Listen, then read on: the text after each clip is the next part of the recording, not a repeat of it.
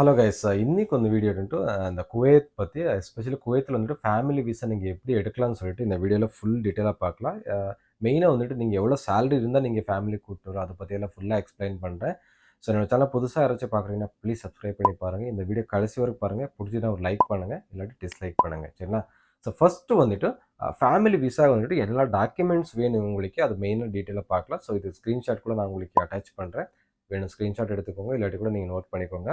So first வந்துட்டு இந்த ஸ்பான்சரோட civil ID வேணும். ஏன்னா வந்துட்டு இங்கே குவைத்தில் யார் ஒர்க் பண்ணுறாங்க, ஹஸ்பண்ட் ஒர்க் பண்ணிட்டு இருந்தால் அவங்களோட ஸ்பான்சரோட சிவில் ஐடி கண்டிப்பாக தேவை. ஸோ அடுத்து வந்துட்டு இந்த ஸ்பான்சரோட ஒர்க் பர்மிட் இங்கே இஸ்னாமல்னு சொல்லுவாங்க இங்கே குவைத்தில். ஸோ இங்கிலீஷில் வந்துட்டு ஒர்க் பர்மிட்னு சொல்லுவாங்க. அதோட காப்பி வேணும், ஒரிஜினல் வேணும். ஸோ அடுத்து வந்துட்டு இந்த passport copy of family members அது இருக்கும். அங்கே ஒய்ஃபோடது நான் ஒய்ஃப் தானே இங்கே கூட்டிகிட்டு வர போகிறாங்க. ஸோ ஒய்ஃப் ஆகட்டும் இல்லாட்டி வந்துட்டு குழந்தை ஆகட்டும், ஸோ அவங்களோடது பாஸ்போர்ட் காப்பி வேணும். சரிங்களா? ஸோ அடுத்து வந்துட்டு மேரேஜ் சர்டிஃபிகேட் வேணும். அது அட்டஸ்டட் வேணும். ஸோ நெக்ஸ்ட் என்னன்னா இந்த அட்டஸ்டட் பண்ணி தான் ஆகணும். இல்லை அட்டஸ்டட் பண்ணலைன்னா அவங்க அக்செப்ட் பண்ண மாட்டாங்க. சரிங்களா? இந்த பாஸ்போர்ட் வந்துட்டு இந்த ஸ்பௌஸோட நேம் 2 பேரில் அந்த ஹஸ்பண்ட் அண்ட் ஒய்ஃபில் வந்துட்டு பேர் இருக்கணும் கண்டிப்பாக. அந்த பேர் இல்லாட்டி அக்செப்ட் பண்ண மாட்டாங்க. ஸோ அடுத்து வந்துட்டு பர்த் சர்டிஃபிகேட் அட்டஸ்டட் பண்ணணும். அந்த கிட்ஸுக்கு நீங்கள் கொண்டு வர மாதிரி இருந்தால் நீங்கள் இந்த பர்த் சர்டிஃபிகேட் அட்டஸ்டட் வேணும். சரிங்களா?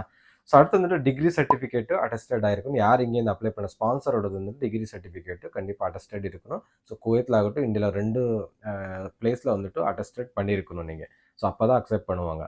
ஸோ மெயினாக வந்துட்டு சேலரி உங்களுக்கு எங்கள் ஃபேமிலி மெம்பர் நீங்கள் ஃபேமிலி விசாவில் கூப்பிட்டு வரணும்னா உங்களுக்கு 800 கேடி சேலரி உங்களுக்கு ஸோ கண்டிப்பாக இருக்கணும். ஸோ 800 கம்மி இருந்தால் கண்டிப்பாக ஸோ அக்செப்ட் பண்ண மாட்டாங்க. சரிங்களா?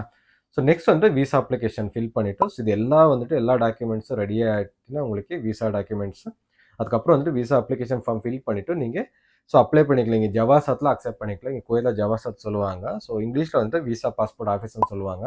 ஸோ அங்கே ஸ்பான்சரோட சிவில் ஐடி வந்துட்டு எந்த ஏரியாவில் இருக்கும், ஃபார் எக்ஸாம்பிள் குவைத் சிட்டி ஆகட்டும், சால்மி ஆகட்டும், இல்லாட்டி ஷுவேக் ஆகட்டும், ஸோ அங்கே போயிட்டு அங்கே ஸோ அந்த ஏரியாவுக்கு தகுந்த மாதிரி வந்துட்டு செப்பரேட் விசா அப்ளிகேஷன் ஆஃபீஸ் இருக்கும். ஸோ அங்கே போயிட்டு நீங்கள் அப்ளை பண்ணணும். சரிங்களா?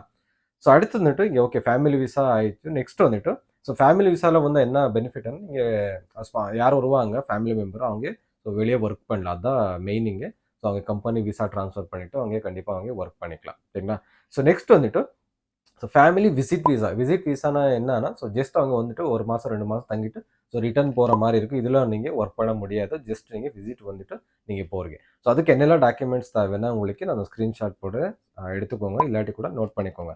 ஸோ ஃபர்ஸ்ட் என்ன ஸ்பான்சரோட சிவில் ஐடி நீங்கள் இங்கே யார் ஃபேமிலி மெம்பர்ஸ் இருப்பாங்களோ அவரோட சிவில் ஐடி வேணும். ஸோ அடுத்து அவங்களோட பாஸ்போர்ட் காப்பி வேணும். ஸோ நெக்ஸ்ட் வந்துட்டு ஸ்பான்சர்ஷிப்போட ஒரிஜினல் பாஸ்போர்ட் வேணும். இங்கே இந்தியன் எம்பசியில் வந்து அட்டஸ்டேட் பண்ணணும். அதனால தான் வந்துட்டு அந்த ஒரிஜினல் பாஸ்போர்ட் கண்டிப்பாக அவங்க எடுத்துகிட்டு போகணும் அட்டஸ்டேட் பண்ணும்போதும். ஸோ நெக்ஸ்ட் என்னன்னா ஸ்பான்சரோட ஒர்க் பர்மிட் இஸ்னாமல் இந்த முன்னாடி சொன்னாங்க. ஸோ ஒர்க் பர்மிட் கண்டிப்பாக தேவை.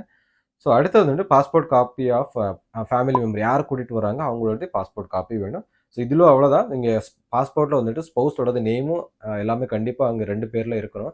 ஸ்பௌஸோட ஹஸ்பண்ட் பாஸ்போர்ட் வந்து ஒய்ஃப் பேர் இருக்கணும். ஒய்ஃப் பாஸ்போர்ட்டில் வந்துட்டு ஹஸ்பண்ட் பேர் கண்டிப்பாக இருக்கணும். சரிங்களா? ஸோ அடுத்து வந்துட்டு ஏர் டிக்கெட் வேணும். அதில் வந்து குவைத் ஏர்லைன்ஸ் தான் கண்டிப்பாக வேணும். இப்போ வந்து அதை ரிக்குவயர்மெண்ட் கேட்டிருக்காங்க. அதெல்லாம் நீங்கள் புக் பண்ணிவிட்டு அந்த ரெஃபரன்ஸ் நீங்கள் காட்டணும். சரிங்களா?